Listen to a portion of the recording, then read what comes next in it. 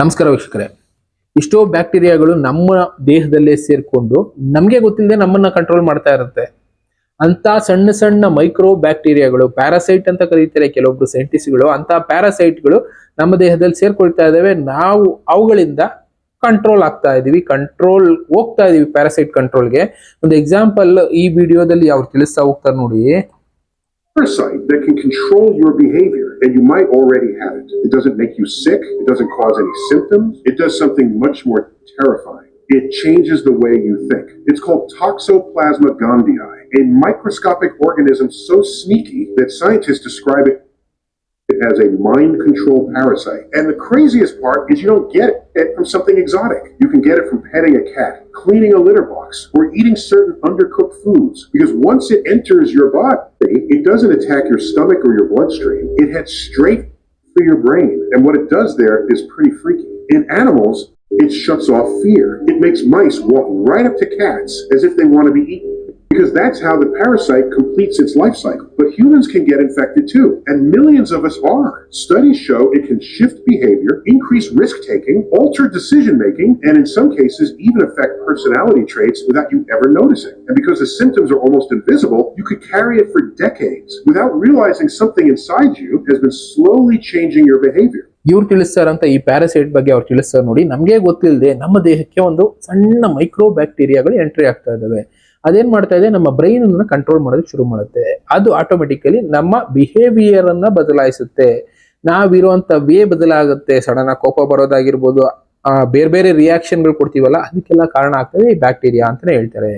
ಇದು ಪೆಟ್ಸ್ ಗಳಿಂದ ಬರುವಂತದ್ದು. ಪ್ಲಸ್ ಅಂಡರ್ ಕುಕ್ಡ್ ಫುಡ್ ಅಂದ್ರೆ ಅರ್ಧಂಬರ್ಧ ಬೇಯಿಸಿರುವಂತ ತರಕಾರಿಗಳು ಇಲ್ಲ ಮಾಂಸ, ಇಂಥದ್ರಿಂದ ಬರುವಂತದ್ದು ಬ್ಯಾಕ್ಟೀರಿಯಾ ಅಂತಾನೆ ತಿಳಿಸ್ತಾರೆ. ಇದು ನಮ್ಮ ಬ್ರೈನ್ ಅನ್ನ ಆಟೋಮೆಟಿಕಲಿ ಕಂಟ್ರೋಲ್ ಮಾಡುತ್ತೆ. ಎಕ್ಸಾಂಪಲ್ ಕೊಟ್ಟು ಹೇಳ್ತಾರೆ ನೋಡಿ. ಒಂದು ಸಣ್ಣ ಇಲಿ ಒಂದು ಬೆಕ್ಕಿನ ವಿರುದ್ಧ ಫೈಟ್ ಮಾಡುತ್ತೆ. ಯಾಕೆ ಅಂದ್ರೆ ಆ ಪ್ಯಾರಾಸೈಟ್ ಆ ಇಲಿನಲ್ಲಿ ಸೇರ್ಕೊಂಡು ಒಂದು ಶಕ್ತಿನ ತುಂಬುತ್ತೆ, ಇಲ್ಲ ಶಕ್ತಿನ ಕುಗ್ಸುತ್ತೆ, ಅಂತ ಕೆಲಸ ಮಾಡುತ್ತೆ ಈ ಬ್ಯಾಕ್ಟೀರಿಯಾಗಳು. ನಮ್ಮ ಕಣ್ಣು ಕಾಣೋದೇ ಇಲ್ಲ. ಪ್ರಾಣಿಗಳ ಜೊತೆ ನಾವು ಜಾಸ್ತಿ ಕ್ಲೋಸ್ ಆಗಿರ್ತೀವಲ್ಲ, ಆ ಟೈಮ್ ನಲ್ಲಿ ಆ ಬ್ಯಾಕ್ಟೀರಿಯಾಗಳು ನಮ್ಮ ದೇಹನ ಎಂಟ್ರಿ ಆಗ್ಬಿಡುತ್ತೆ. ನಮ್ಗೆ ಗೊತ್ತಿಲ್ಲದೆ ಆ ಬ್ಯಾಕ್ಟೀರಿಯಾಗಳು ನಮ್ಮನ್ನ ಕಂಟ್ರೋಲ್ ಮಾಡೋದಕ್ಕೆ ಶುರು ಮಾಡುತ್ತೆ. ಅದನ್ನೇ ಇವ್ರು ಕರೆದಿದ್ದು ಒಂದು ಪ್ಯಾರಾಸೈಟ್. ಆ ಪ್ಯಾರಾಸೈಟ್ಗಳು ಎಷ್ಟೆಷ್ಟೋ ರೀತಿ ಇದೆ. ಕೆಲವಷ್ಟು ಪ್ಯಾರಾಸೈಟ್ಗಳು ನಮ್ಮ ದೇಹಕ್ಕೆ ಒಳ್ಳೇದನ್ನ ಮಾಡಿದ್ರೆ, ಎಷ್ಟೋ ಪ್ಯಾರಾಸೈಟ್ಗಳು ನಮ್ಮನ್ನ ಕಂಟ್ರೋಲ್ ಮಾಡುತ್ತೆ, ನಮ್ಮನ್ನ ಬೇರೆ ದಾರಿಗೆ ಕರ್ಕೊಂಡು ಹೋಗುತ್ತೆ, ನಮ್ಮ ಥಿಂಕಿಂಗ್ನೇ ಚೇಂಜ್ ಮಾಡುತ್ತೆ. ಅದನ್ನೇ ಟಾಕ್ಸೋಪ್ಲಾಸ್ಮಾ ಗಾಂಡೈ ಅಂತ ಏನೋ ಒಂದು ಹೆಸರು ಕರೆದಿದ್ದಾರೆ. ಬಟ್ ಇಂಥ ಪ್ಯಾರಾಸೈಟ್ಗಳು ಪ್ರಕೃತಿನಲ್ಲಿ ಎಷ್ಟೋ ಇದೆ. ಇವುಗಳು ನಮ್ಮನ್ನ ಟೋಟಲ್ ಆಗಿ ಬದಲಾಯಿಸ್ಬಿಡುತ್ತೆ. ಇದರಿಂದ ಹೊರಗಡೆ ಬರೋದಕ್ಕೂ ಎಷ್ಟೋ ಆಪ್ಷನ್ಸ್ಗಳು ಇರುತ್ತೆ. ಆದ್ರೂ ಅನಿಮಲ್ಸ್ಗಳನ್ನ ಪೆಟ್ ಆಗಿ ಸಾಕಿರ್ತೀರಾ, ಮಕ್ಕಳುಗಳನ್ನ ಎಷ್ಟೋ ಜನ ಈ ರೀತಿ ಬೆಳೆಸ್ತಾ ಇರ್ತೀರಾ, ಮಕ್ಕಳು ಆ ಪೆಟ್ಸ್ಗಳ ಜೊತೆ ಆಟ ಆಡ್ತಾ ಇರ್ತಾರೆ, ಅದರಿಂದ ಕಾಯಿಲೆ ಬರೋ ಚಾನ್ಸಸ್ ತುಂಬಾನೇ ಇರುತ್ತೆ ಅಂತ ಎಚ್ಚರಿಸ್ತಾ ಇದ್ದಾರೆ. ಎಚ್ಚೆತ್ಕೊಳ್ಳಿ. ಅದರಲ್ಲೂ ಬೆಕ್ಕು, ಈ ನಾಯಿ, ಇನ್ನ ಬೇರೆ ಬೇರೆ ಪ್ರಾಣಿಗಳ ಜೊತೆ ಜಾಸ್ತಿ ಮಿಂಗಲ್ ಆಗಿದ್ದಾಗ, ಜೊತೆ ಮಲಗ್ಕೊಳ್ತಿರಲ್ಲ, ಅಂತ ಮಕ್ಕಳಿಗೆ, ಪೇರೆಂಟ್ಸ್ಗೆ ಇದೆಲ್ಲ ಇಂಪ್ಯಾಕ್ಟ್ ಆಗೋ ಚಾನ್ಸಸ್ ಜಾಸ್ತಿ. ಇನ್ನ ಈ ಪ್ಯಾರಾಸೈಟ್ಗಳಿಂದ ನಮ್ಮ ಪರ್ಸನಲ್ ಲೈಫ್ ಹಾಳಾಗುತ್ತೆ, ಚಾನ್ಸಸ್ ಇರುತ್ತೆ. ಕೋಪ ಸುಮ್ಮನೆ ಬರೋದು, ಅಗ್ರೆಸಿವ್ನೆಸ್ ಅನ್ನೋದು, ಬೇರೆ ಬೇರೆದೆಲ್ಲ ಚೇಂಜ್ ಆಗ್ತಾ ಇರುತ್ತೆ. ಅದೇ ನಮ್ಮ ಮೈಂಡ್ ಕಂಟ್ರೋಲ್, ನಮ್ಮ ಬಿಹೇವಿಯರ್ ಕಂಟ್ರೋಲ್ ಬ್ಯಾಕ್ಟೀರಿಯಾಗಳು, ಪ್ಯಾರಾಸೈಟ್ಗಳು.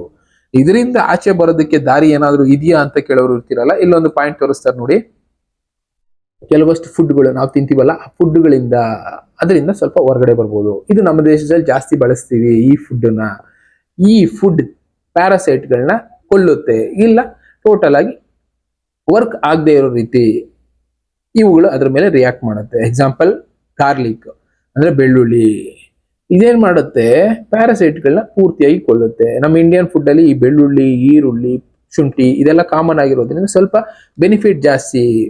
ಇನ್ನ ಪಂಪ್ಕಿನ್ ಸೀಡ್ಸು, ಈ ಕುಂಬಳಕಾಯಿ ಬೀಜಗಳು, ಇದು ಕೂಡ ಪ್ಯಾರಾಸೈಟ್ಗಳನ್ನ ಕೊಲ್ಲುತ್ತೆ. ಪೈನಾಪಲ್, ಇದು ಪ್ಯಾರಾಸೈಟ್ನ ಕೊಲ್ಲುತ್ತೆ. ಇನ್ನು ಪಪಾಯ ಬೀಜ, ಇದನ್ನ ಯಾರು ತಿನ್ನೋದಕ್ಕೆ ಹೋಗೋದಿಲ್ಲ 99%. ಆದ್ರೂ ಪಪಾಯ ಬೀಜಗಳನ್ನು ತೋರಿಸ್ತಾ ಇದ್ದಾರೆ ಅಲ್ಲಿ. ಪಪಾಯ ಸೀಡ್ಸ್, ಇದು ಕೂಡ ಪ್ಯಾರಾಸೈಟ್ ಗ್ರೋತ್ ಅನ್ನ ಕಂಟ್ರೋಲ್ ಮಾಡುತ್ತೆ. ಇನ್ನ ವಾಮ್ ವುಡ್ ಅಂತ ಕರೆದಿದ್ದಾರೆ, ಇದು ಬಂದು ಆಂಟಿ ಪ್ಯಾರಾಸೈಟ್ ಆಗಿ ವರ್ಕ್ ಮಾಡುತ್ತೆ. ಇನ್ನ ಜಿಂಜರ್, ಇದಂತೂ ಶುಂಠಿ ಎಲ್ಲರೂ ಬಳಸ್ತೀವಿ. ಇದು ಡೈಜೆಷನ್ ಸಿಸ್ಟಮ್ನ ಇಂಪ್ರೂವ್ ಮಾಡುತ್ತೆ, ಜೊತೆಗೆ ಇದು ಫೈಟ್ ಮಾಡುತ್ತೆ ಆ ಪ್ಯಾರಾಸೈಟ್ಗಳ ವಿರುದ್ಧ. ಇನ್ನ ರಾ ಕ್ಯಾರೆಟ್ಸ್ ಅಂದ್ರೆ ಬೇಯಿಸದೇ ಇರುವಂತ ಕ್ಯಾರೆಟ್ಗಳು, ಇದು ಕೂಡ ಪ್ಯಾರಾಸೈಟ್ ಆಪೋಸಿಟ್ ಆಗಿ ಫೈಟ್ ಮಾಡುತ್ತೆ. ಅದ್ರ ಜೊತೆಗೆ ರಾ ಹನಿ ಅಂದ್ರೆ ಪ್ಯೂರ್ ಆಗಿರುವಂತ ಜೇನುತುಪ್ಪ. ಇದು ಕೂಡ ಅಂದ್ರೆ ಇದೆಲ್ಲ ಕೂಡ ನಮ್ಮ ಪುರಾಣದ ಕಾಲದಿಂದ, ಹಿಂದಿನ ಕಾಲದಿಂದ ಬಳಸ್ಕೊಂಡು ಬಂದಿದ್ರು. ಆಯುರ್ವೇದದಲ್ಲಿ ಇವೆಲ್ಲ ಬಳಸ್ತಾರೆ. ಇದೆಲ್ಲ ಕೂಡ ನಮ್ಮ ದೇಹದಲ್ಲಿರುವಂತ ಬ್ಯಾಡ್ ಬ್ಯಾಕ್ಟೀರಿಯಾಸ್, ಪ್ಯಾರಾಸೈಟ್ಸ್ ಅಂತದನ್ನ ಕೊಲ್ಲುತ್ತೆ. ಕ್ಲೋವ್ಸ್, ಲವಂಗ, ಒಟ್ನಲ್ಲಿ ಇದೆಲ್ಲ ಇಲ್ಲಿ ತೋರಿಸ್ತಾ ಇದಾರಲ್ಲ, ಇದು ಪ್ಯಾರಾಸೈಟ್ಗಳನ್ನ ನಮ್ಮ ದೇಹದಿಂದ ರಿಮೂವ್ ಮಾಡೋದಕ್ಕೆ ಸಪೋರ್ಟ್ ಮಾಡುತ್ತೆ. ಇಷ್ಟು ಆಯುರ್ವೇದಿಕ್ ಫುಡ್ಗಳು ಮನೆಯಲ್ಲೇ ಸಿಗುತ್ತೆ, ಅದನ್ನ ಬಳಸ್ಕೊಂಡ್ರೆ ಸಾಕು, ನಮ್ಮ ಬಿಹೇವಿಯರ್ ಬದಲಾಗುತ್ತೆ, ನಮ್ಮನ್ನು ನಾವು ಕಂಟ್ರೋಲ್ ಮಾಡ್ಕೊಳ್ಳೋದನ್ನ ಕಲಿತೀವಿ. ಕೆಲವೊಬ್ರು ಹೇಳ್ತಾರೆ ಶುಂಠಿ ಬೆಳ್ಳುಳ್ಳಿ ಇದೆಲ್ಲ ಜಾಸ್ತಿ ತಿನ್ನೋದ್ರಿಂದ ಕೋಪ, ಅಗ್ರೆಸಿವ್ನೆಸ್ ಎಲ್ಲ ಬರುತ್ತೆ ಅಂತ. ಅದೇ ಹಾದಿನಲ್ಲಿ ನಾವು ಬದುಕ್ತಾ ಇರ್ತೀವಿ, ಇದು ತಿನ್ಬಾರ್ದು, ಅಗ್ರೆಸಿವ್ ಬರುತ್ತೆ. ಅದು ತಿನ್ಲಿಲ್ಲ ಅಂದ್ರೂ ಬರ್ತಾ ಇದೆ ಎಷ್ಟು ಜನಕ್ಕೆ. ಕಾರಣ ಪ್ಯಾರಾಸೈಟ್ಗಳು. ಇದನ್ನ ತಿಂದ್ರೆ ಹೋಗುತ್ತೆ ಅನ್ನೋಂಗಿದ್ರೆ ಯಾಕೆ ತಿನ್ಬಾರ್ದು? ಒಂದ್ಸಲ ಯೋಚನೆ ಮಾಡಿ. ಕೋಪ ಬರುತ್ತೆ ಸುಮ್ ಸುಮ್ನೆ ಏನೇನೋ ಮಾಡ್ತಾ ಇರ್ತೀವಿ. ಇದಕ್ಕೆಲ್ಲ ಉತ್ತರ ನಮ್ಮ ಹತ್ರನೇ ಇರುತ್ತೆ ಅಂದಾಗ ಯಾಕೆ ಯೋಚನೆ ಮಾಡೋದಿಲ್ಲ? ಒಂದ್ಸಲ ಯೋಚನೆ ಮಾಡ್ಬೋದಲ್ಲ, ಟ್ರೈ ಮಾಡೋದ್ರಲ್ಲಿ ಏನ್ ತಪ್ಪಿಲ್ಲ ಅನ್ಕೊಂಡಿದೀನಿ. ಈ ತರದ್ ಎಷ್ಟೋ ಇನ್ಫಾರ್ಮೇಶನ್ಗಳಿದೆ, ನಮಗ್ ಗೊತ್ತಿಲ್ಲ ಅಷ್ಟೇ. ತಿಳ್ಕೊಳ್ತಾ ಹೋಗೋಣ. ಒಳ್ಳೇದೇನಿದೆ ಅಡಾಪ್ಟ್ ಮಾಡ್ಕೊಳ್ಳೋಣ, ಕೆಟ್ಟದೇನಿದೆ ಬೇಡ ಬಿಟ್ಟಾಕೋಣ ಅಷ್ಟೇ. ಇನ್ನ ಈ ತರದ್ ಎಷ್ಟೋ ವಿಷಯಗಳಿದೆ, ನಾನು ಮತ್ತೆ ಸಿಗ್ತೀನಿ. Thank you, good bye.